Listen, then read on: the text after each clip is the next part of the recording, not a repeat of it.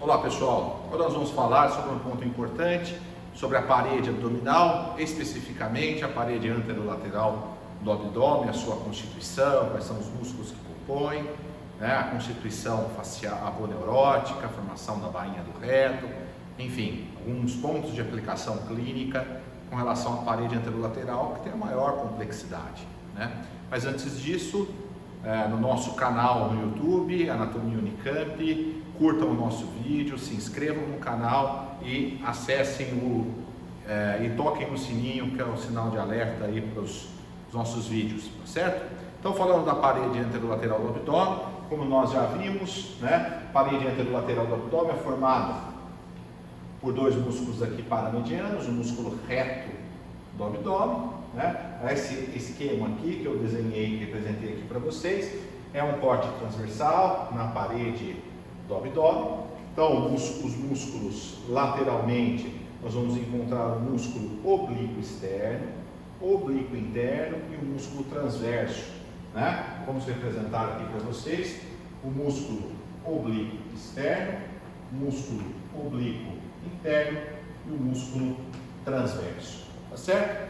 Esses são os músculos que compõem a parede anterolateral do abdômen, que são responsáveis então pela manutenção da pressão intraabdominal, manutenção das vísceras abdominais.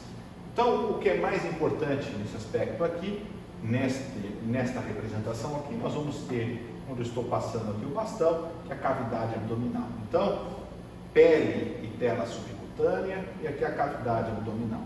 Então, nesse corte transversal, nós vamos explicar aqui o que é importante, a formação da bainha do reto, a continência da parede, formação da bainha do reto, do abdômen, que é importante. E nós temos dois pontos topográficos que são importantes da parede. Uma constituição da bainha do reto acima da cicatriz umbilical e uma constituição abaixo da cicatriz umbilical, que nós vamos demonstrar depois na prática para vocês. Bom, com relação a esta constituição da bainha do reto, formação da linha alta agora, acima da cicatriz umbilical, então nós temos o músculo reto aqui, vejam a bainha do reto, tudo isso aqui é a bainha do reto, certo? A bainha do reto acima da cicatriz umbilical, como vocês podem observar, vejam que a bainha do reto acima da cicatriz umbilical forma como se fosse um envelope, acaba envelopando o músculo reto de cada lado, né? Como envelopa o músculo reto como um todo. Como que é formada a bainha do reto? Ela tem uma lâmina anterior da bainha do reto e uma lâmina posterior da bainha do reto, tanto de um lado quanto do outro. Quem que forma estas lâminas anterior e posterior da bainha do reto? É a aponeurose dos músculos laterais da parede abdominal, músculo oblíquo externo, músculo oblíquo interno e músculo transverso do abdômen.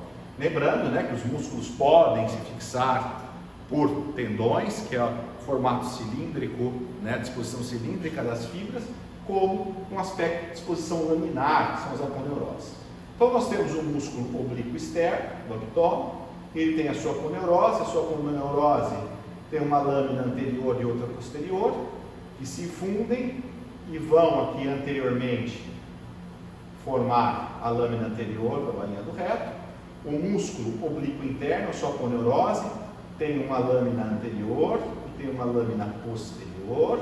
Então a lâmina anterior vem e se funde com as lâminas da aponeurose aqui do músculo oblíquo externo e corre anteriormente aqui, formando a lâmina anterior da bainha do reto. A lâmina posterior da aponeurose do músculo oblíquo interno se dirige posteriormente ao reto, né? E vai formar a lâmina posterior da bainha do reto.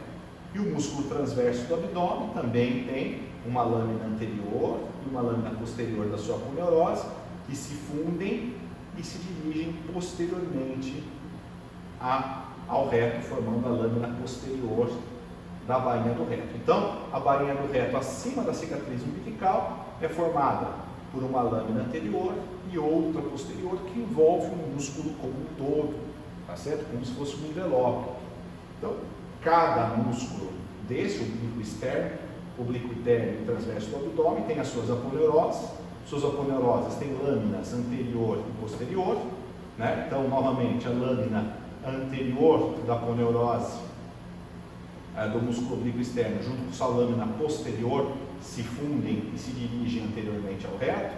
O do músculo oblíquo interno, a sua lâmina anterior, se fundem as lâminas aponeuróticas do músculo oblíquo externo e correndo anteriormente, aí formando agora a lâmina anterior da bainha do reto.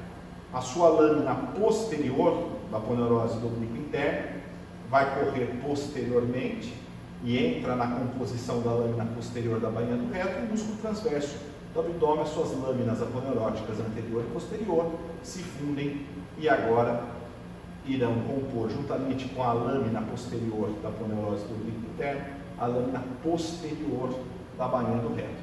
Vejam que do mesmo lado acontece a mesma coisa e estas lâminas anterior e posterior da bainha do reto, né, vão se encontrar com as lâminas anterior e posterior da bainha do reto do lado oposto, formando nesse ponto aqui a linha alba. A linha alba nada mais é do que a interseção destas fibras, né, aponeuróticas das lâminas anterior e posterior da bainha do reto, né, na linha média. Essas fibras se cruzam, formam cruzamentos losangulares, que nós vamos mostrar adiante, formando então a linha alba, certo? Que é um ponto frágil da parede do abdômen. Nós vamos mostrar por que nesse ponto, né, da linha alba, que a linha alba é um ponto frágil da parede do abdômen. Muito bem. Abaixo, então, agora, seguindo topograficamente, nós vamos seguir esta linha amarela aqui, né, que passa aqui, ó, profundamente, né, posteriormente aqui, ó, a aponeurose do transverso, do músculo transverso do abdômen. Esta linha aqui, que nada mais é, esse revestimento é um revestimento pré-peritoneal, né? É a fáscia transversal. Não confundam fáscia transversal com a aponeurose do músculo transverso do abdômen. Não é a mesma coisa. Isso aqui é um envoltório, né? Um revestimento, né, pré-peritoneal, que nós chamamos de fáscia transversal, né? Nós podemos acessar, né, a cavidade abdominal sem entrar na cavidade peritoneal, através, afastando aqui a fáscia transversal, né, que vocês verão em algumas situações, como um transplante renal, por exemplo, que a gente não acessa, né, a cavidade peritoneal, tá? A gente afasta aqui a fáscia transversal. Então vejam aqui a fáscia transversal e esta linha em azul aqui é o peritônio parietal.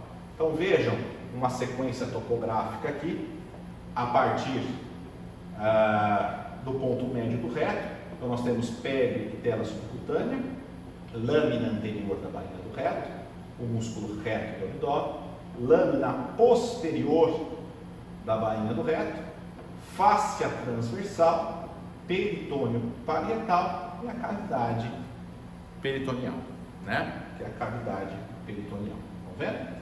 Então, esse ponto é um ponto importante que nós observamos acima da cicatriz umbilical, e aqui nós podemos fazer várias questões anatômicas. Por exemplo, se nós fizermos uma incisão na linha alba, quais são os tecidos que nós vamos percorrer até atingir a cavidade peritoneal, né? Se nós fizermos uma incisão aqui no ponto médio do reto, quais são as camadas que nós vamos percorrer até atingir a cavidade peritoneal?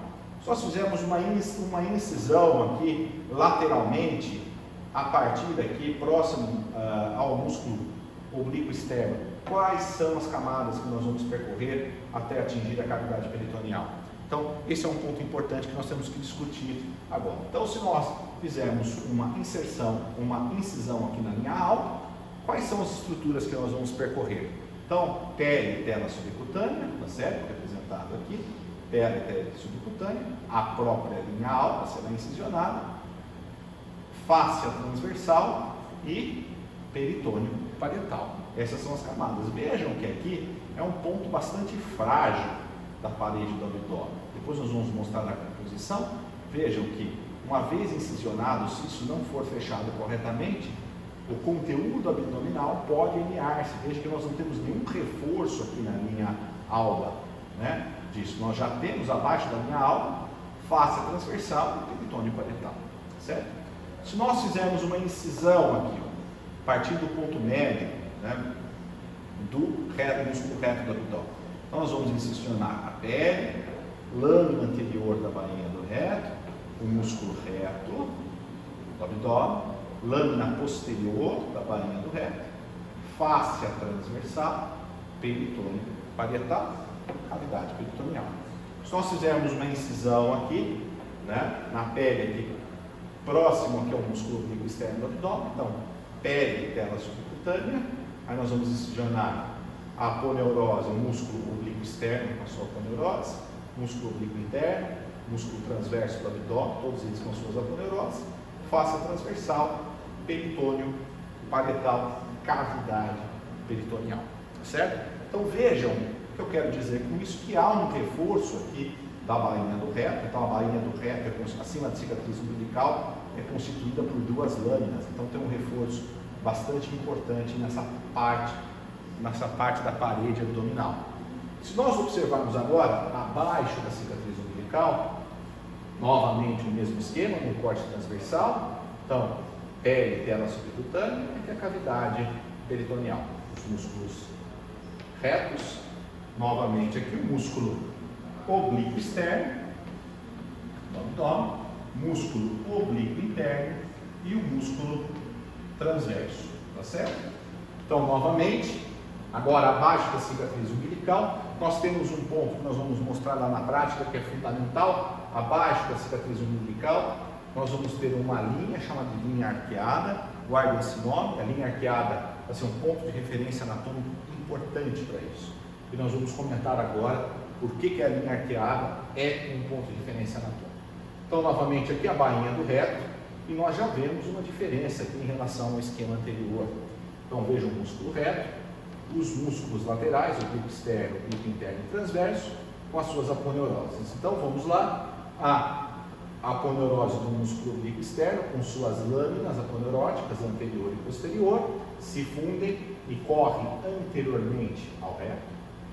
O músculo oblíquo interno, também com suas lâminas aponeuróticas anterior e posterior, se fundem e vão se infundir as lâminas aponeuróticas do músculo oblíquo externo, vão correr anteriormente ao músculo reto do abdômen. E o músculo transverso também, com suas lâminas aponeuróticas anterior e posterior, se fundem e vai se fundir as aponeuroses do músculo oblíquo externo e oblíquo interno e vai correr anteriormente. O que aconteceu aqui? Que nós só temos lâmina anterior da bainha do reto. Nós não temos lâmina posterior da bainha do reto abaixo da cicatriz umbilical. E a linha arqueada marca isso. A linha arqueada marca o fim da lâmina posterior da bainha do reto para abaixo da cicatriz umbilical. O que nós vamos encontrar abaixo da cicatriz umbilical, posteriormente ao reto, é a fáscia transversal. Vejam que não há um reforço nesse ponto. E por que isso é importante? Se nós pensarmos numa gestação, por exemplo, né, a parede com o crescimento do útero, a parede nesse ponto abdominal, nesse ponto da parede abdominal, seria um ponto que poderia restringir o crescimento do útero nesse ponto. Então, existe aqui até mesmo um ponto importante, né, da não existência da lâmina posterior da bainha do reto, justamente para que tenhamos mais mobilidade nessa parte inferior da parede abdominal, tanto para a continência, para a bexiga sair da cavidade pélvica e ir em direção à cavidade abdominal, da mesma forma o útero gravídico. Então, vejam, mas também representa um ponto fraco da parede do abdômen. Um ponto fraco da parede do abdômen é abaixo da cicatriz umbilical, onde nós não temos a lâmina posterior da bainha do reto. O que nós vamos encontrar agora? Novamente a fáscia transversal aqui, lateralmente ela continua, posterior aqui a aponeurose do músculo transverso do abdômen, só que quando chega posterior ao reto, já não encontramos mais a lâmina posterior da bainha. Então já é face transversal, muito mais delgado.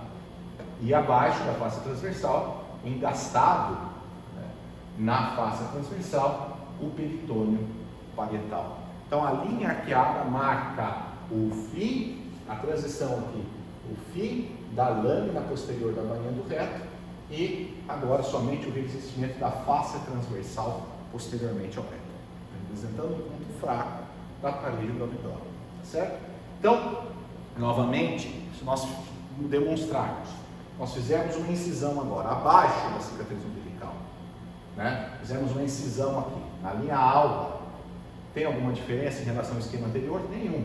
Incisão pele, tela subcutânea, linha alba, face transversal, peritônio parietal, cavidade peritoneal.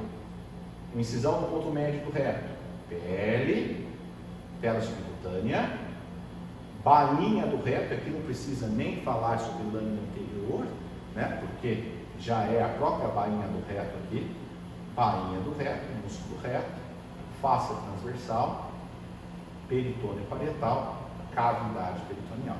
Se a incisão for aqui, no músculo oblíquo externo, então nessa região lateral do abdômen, então pele, tela subcutânea, músculo oblíquo externo, músculo oblíquo interno, músculo transverso do abdômen, todos eles com suas aponeuroses, face transversal, peritônio parietal, cavidade peritoneal. Então esse é um ponto importante que vocês devem guardar, né? E aqui não está representado, nós vamos mostrar nos vídeos de peritônio. Aqui se levantam neste ponto aqui, nós temos pregas, né, e fossas que nós vamos demonstrar aqui do peritônio, né, que são aquelas pregas, a prega umbilical mediana, prega umbilical medial, né, e a prega umbilical lateral. Nós temos 3 pregas aqui que se levantam nesse ponto da cicatriz umbilical. Não está representado, mas no livro texto, no atlas de vocês vão observar isso de uma forma adequada, tá certo? E agora nós vamos demonstrar também um ponto importante da formação da linha alba, como que essas fibras agora aponeuróticas vão formar a linha alba, tá certo? Bom, falando da linha alba agora, então nós temos essa representação novamente esquemática, no músculo oblíquo externo, músculo transverso do abdômen, músculo oblíquo interno, tanto de um lado quanto do outro, e nós temos os músculos retos representados aqui. Está representado, né, com estas linhas, a aponeurose, no sentido das fibras da aponeurose destes músculos. Então, aponeurose, no sentido das fibras da aponeurose do músculo oblíquo externo, vejam, tem um trajeto descendente. As fibras aponeuróticas do músculo oblíquo interno, trajeto ascendente, e do músculo transverso, as fibras no sentido transversal. Então vejam, descendente, as fibras aponeuróticas do músculo oblíquo externo, ascendente, trajeto das fibras aponeuróticas do músculo oblíquo interno e transversais do músculo transverso. Vejam que quando essas aponeuroses vão formar aqui a bainha do reto, estão vendo aqui, tanto de um lado quanto do outro, e vejam quando elas atingem aqui, né, medianamente, formando a linha alba, vejam que elas cruzam de um lado para o outro, e nesse cruzamento há a interseção destas fibras aponeuróticas do oblíquo externo, transverso e oblíquo interno, tanto de um lado quanto do outro. E vejam que vão formando aqui esses espaços aqui na linha alba. Aqui nós temos exatamente esse ponto aqui, é a linha alba, e a linha alba nada mais é formada, né, pela interseção destas fibras aponeuróticas, formando esses espaços losangulares. Então, né, esse é um ponto muito frágil da parede do abdômen. Vejam que abaixo da linha alba, né, desses espaços losangulares que formam pela interseção dessas fibras, nós temos a face transversal e o peritônio parietal. Uma vez incisionado, então, casos de obesidade, casos de cirurgias prévias com incisão da linha alba, se isso não for fechado adequadamente, ou mesmo assim, mesmo se for fechado, pode ocorrer um ponto, né, uma área que não tenha tanta tensão na hora da síntese, né, do fechamento, pode ocorrer então herniação do conteúdo abdominal pela linha alba, justamente porque aqui já é um ponto potencialmente frágil. Vejam que não há uma integridade, não há algo maciço, na verdade há interseção, deixa espaços entre essas interseções aí, espaços até mesmo de 45 a 90 graus entre essas interseções. Então há um espaço entre essas fibras e que é um ponto potencialmente frágil, onde o conteúdo abdominal pode alinhar-se aqui pela linha alba, tá certo? Então vejam a constituição da linha alba agora, estão formando estas interseções aqui, a linha alba é formada pela interseção das fibras aponeuróticas desses músculos aqui, tá certo? Então esse esquema é um esquema importante para vocês guardarem da formação da linha alba e porque que era um ponto potencialmente frágil da parede do abdômen. Bom pessoal, continuando ainda a parede do abdômen, antes de nós falarmos das estruturas, né, na prática, nos vídeos práticos, é importante nós fazermos a divisão da parede do abdômen. Existem duas formas de nós dividirmos a parede do abdômen superficialmente, ou seja, como que nós vamos localizar na anatomia de superfície, que isso é muito importante clinicamente para as áreas da saúde, como a medicina, a enfermagem, fisioterapia e outras áreas, né, correlatas da saúde, né, na área biológica em si. Como que nós vamos localizar alguns processos, a descrição, né, da semiologia do abdômen, quando nós temos que palpar, percutir e auscultar, como nós vamos localizar muitas vezes lesões, a descrição de algum achado da parede do abdômen, ou pesquisar a projeção das vísceras abdominais na parede do abdômen, que nós chamamos de anatomia palpatória, né? Vamos utilizar muito na semiologia, quando nós vamos palpar, percutir e auscultar. As vísceras, elas se projetam na parede do abdômen, tem uma projeção dessas vísceras na parede do abdômen, onde nós vamos pesquisar, vamos palpar, onde vamos fazer as incisões, né? Então nós precisamos saber localizar estas estruturas, né, abdominais, essa projeção das vísceras abdominais na parede do abdômen. Existem duas formas de fazermos isso: a divisão do abdômen, né, da parede em quadrantes, e a divisão do abdômen em nonos. Né? Então nós temos um andar superior, médio e inferior, cada andar dividido em 3 partes, então divisão em nonos.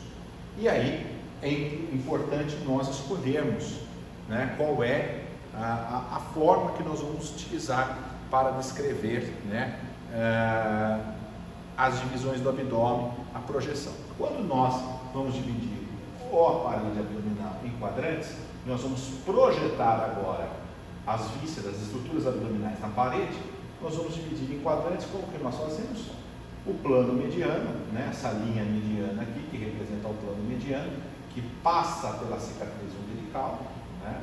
Então essa linha vertical, que corresponde ao plano mediano, e esta linha horizontal, que é um plano que nós chamamos de plano transtubercular, né, que passa pelos tubérculos aqui ilíacos, né, tanto de um lado quanto do outro, e cruza aqui a cicatriz umbilical. Então nós temos um plano vertical, que corresponde ao plano mediano, né, e um plano horizontal, que é um plano transtubercular, que passa pelos tubérculos ilíacos aqui, pela cicatriz umbilical. Há uma interseção do plano vertical, né, do plano mediano, com o plano transtubercular aqui, no nível da cicatriz umbilical, dividindo então em quadrante superior direito, quadrante superior esquerdo, quadrante inferior direito e quadrante inferior esquerdo.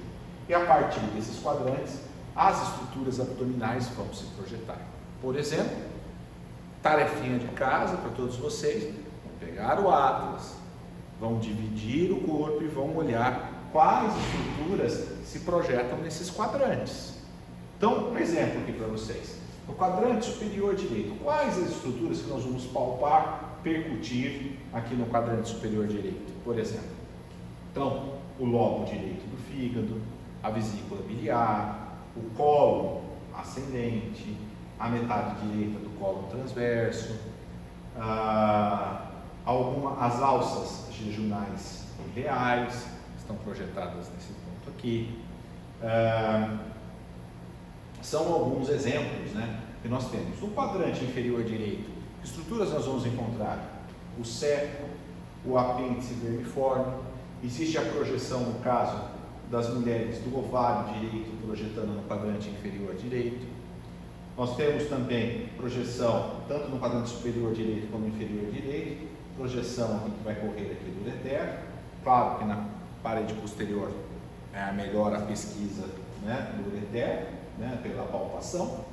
Então aqui nós temos a projeção, né, dessas estruturas aqui, o apêndice vermiforme, o ovário, a bexiga se projeta nessa região, tanto aqui à direita, né, quanto à esquerda, fica mais mediano. Aqui nós vamos ter a projeção do ovário direito, do apêndice vermiforme. São algumas estruturas que projetam aqui no quadrante inferior direito. Quadrante superior esquerdo, nós vamos encontrar o quê? Boa parte do estômago, né? O corpo e a cauda do pâncreas, que a cabeça está projetada no quadrante superior direito, né? O corpo e a cauda no quadrante superior esquerdo, baço, que eu falei para vocês, o estômago, metade esquerda do colo transverso, colo descendente, né? Já no quadrante inferior esquerdo, nós vamos pesquisar aqui o colo sigmoide, também o ureter passa aqui, o ureter esquerdo. Enfim, são as estruturas que nós vamos, né, projetar nesses quadrantes para nós examinarmos, pesquisarmos. Da mesma forma, localização de alguma cicatriz, de algum processo que nós observamos na parede abdominal, nós vamos, na descrição semiológica, localizar em qual quadrante está. Se nós escolhermos agora a divisão em nonos, como que se faz? Nós vamos dividir a parede abdominal em 9 regiões, né? E quando nós dividimos, quanto maior a divisão da parede abdominal, mais fácil é de localizarmos essas estruturas. Então, ela se torna mais específica para detectar determinadas estruturas abdominais que se projetam na parede. Então, para a divisão em nono, nós temos 2 planos verticais e 2 planos horizontais. Os planos verticais correspondem à linha hemiclavicular. O que é a linha hemiclavicular mesmo? A linha que passa no ponto médio das clavículas vai se estender, né, inferiormente. Então, a partir da linha hemiclavicular, ponto médio da clavícula, a linha hemiclavicular então passa pelo mamilo e vai se estender inferiormente. Então aqui nós temos esses 2 planos verticais que correspondem à linha hemiclavicular.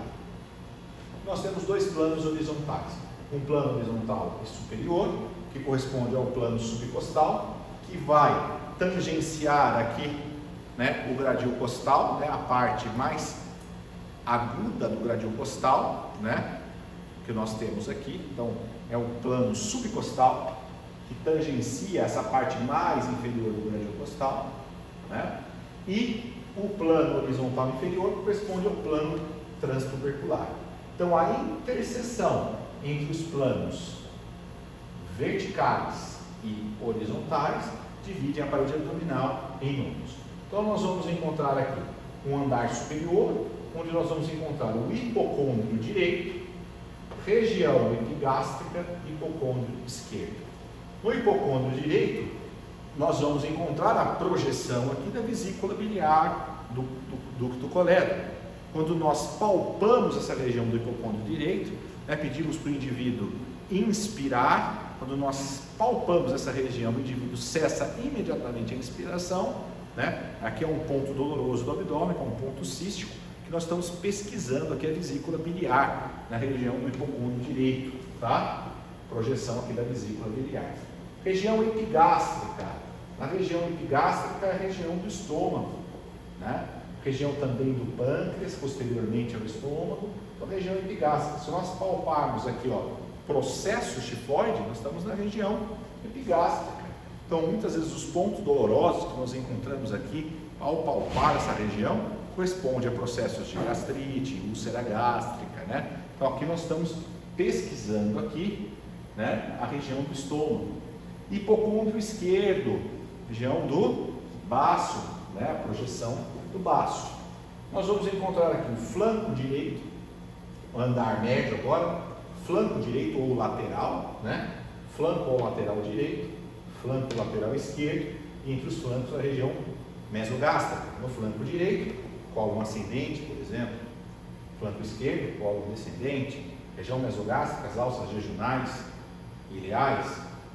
No andar inferior, região inguinal direito, região inguinal esquerda, região inguinal direita, apêndice vermiforme, ovário direito, região inguinal esquerda, nós vamos ter o cólon sigmoide, ovário esquerdo, e a região hipogástrica aqui, onde a bexiga se projeta, reto se projeta nessa região também, a região hipogástrica. Então, dever de casa, vocês vão pesquisar agora no livro texto e atlas quais estruturas podem ser pesquisadas e se projetam nessas regiões do abdômen. É muito importante do ponto de vista semiológico vocês conhecerem a divisão do abdômen em quadrantes e a divisão do abdômen em nonos, a divisão da parede do abdômen, tá certo? Onde as estruturas abdominais irão se projetar, tá certo? E assim nós fechamos essa questão da parede abdominal, da topografia da parede do abdômen, e agora vamos estudar as estruturas práticas. Bom, pessoal, agora vamos demonstrar a parte prática da parede do abdômen, especificamente a parede onde nós temos a maior complexidade, a parede que é a parede anterolateral do abdômen, né? Nós vimos agora os músculos que compõem a parede anterolateral do abdômen, que nós temos medianamente aqui de cada lado, né? Nós temos o músculo reto do abdômen, né? Um de cada lado aqui, que é um músculo que nós chamamos de um músculo poligástrico. Então nós temos tendões, né, interpondo ventres musculares, ou ventres musculares interpostos por tendões, certo? Então aqui é o músculo reto do abdômen, que nós vamos falar das particularidades da bainha do reto daqui a pouco. E lateralmente nós vamos encontrar aqui este músculo, que é o músculo oblíquo externo. Percebam o trajeto descendente das fibras do músculo oblíquo externo, né? Aqui nós temos a aponeurose do músculo oblíquo externo, lembrando que os músculos podem se fixar através de tendões ou que são de aspecto cilíndrico, a disposição das fibras, ou com aspecto laminar, que é a aponeurose que nós estamos vendo, né? A aponeurose do músculo oblíquo externo. Vejam mais abaixo aqui o ligamento inguinal, né? Que depois nós vamos conversar sobre a formação do canal inguinal. Então vejam o ligamento inguinal, né? A espinha ilíaca antero-superior, ele se estende até o tubérculo púbico. Aqui nós temos o ligamento inguinal, certo? Bom, se nós rebatermos aqui o músculo oblíquo externo, nós vamos encontrar um outro músculo aqui. Vejam que o trajeto das fibras agora tem um trajeto ascendente das fibras. Esse é o músculo oblíquo interno do abdômen. Então, novamente, esse é o músculo oblíquo externo. E agora o músculo oblíquo interno, certo? Trajeto ascendente das fibras. E se nós rebatermos agora aqui, vamos encontrar aqui um outro, nós já rebatemos aqui um pouquinho o oblíquo interno. Vejam agora esse músculo com o músculo oblíquo interno já rebatido. Esse músculo aqui, vejam o trajeto transversal das fibras. Então, o músculo transverso do abdômen. Então, músculo oblíquo externo, músculo oblíquo interno, trajeto ascendente das fibras, e o músculo transverso do abdômen. Então, esses músculos, juntamente com o reto, eles constituem a parede anterolateral do abdômen. Muito bem, agora nós vamos falar especificamente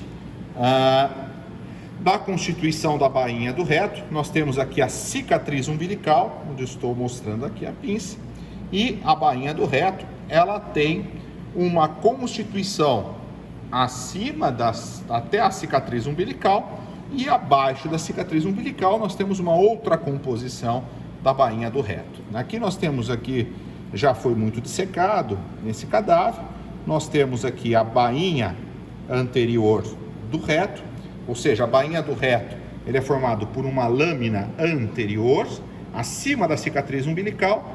A bainha do reto, ela é formada por uma lâmina anterior, que é essa daqui, e a aponeurose, né? Na verdade, quem forma a lâmina anterior da bainha do reto é a aponeurose desses três músculos, oblíquo interno, oblíquo externo, oblíquo interno e transverso, e também Posteriormente, agora aqui acima da cicatriz umbilical, nós vamos encontrar a lâmina posterior da bainha do reto. Então é como se fosse um envelope que acaba envolvendo o reto, né, acima, o músculo reto do abdômen, acima da cicatriz umbilical. Então a lâmina anterior da bainha do reto, músculo reto do abdômen. Agora nós vamos rebater aqui o músculo reto e vamos mostrar aqui a lâmina posterior da bainha do reto. Vejam como ela é espessa.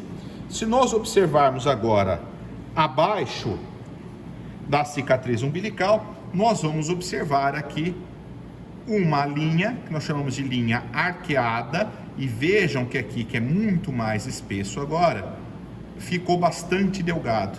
Se vocês conseguem perceber aí no vídeo, que bastante delgado, né, esta parte. O que acontece a partir da linha arqueada, abaixo da cicatriz umbilical?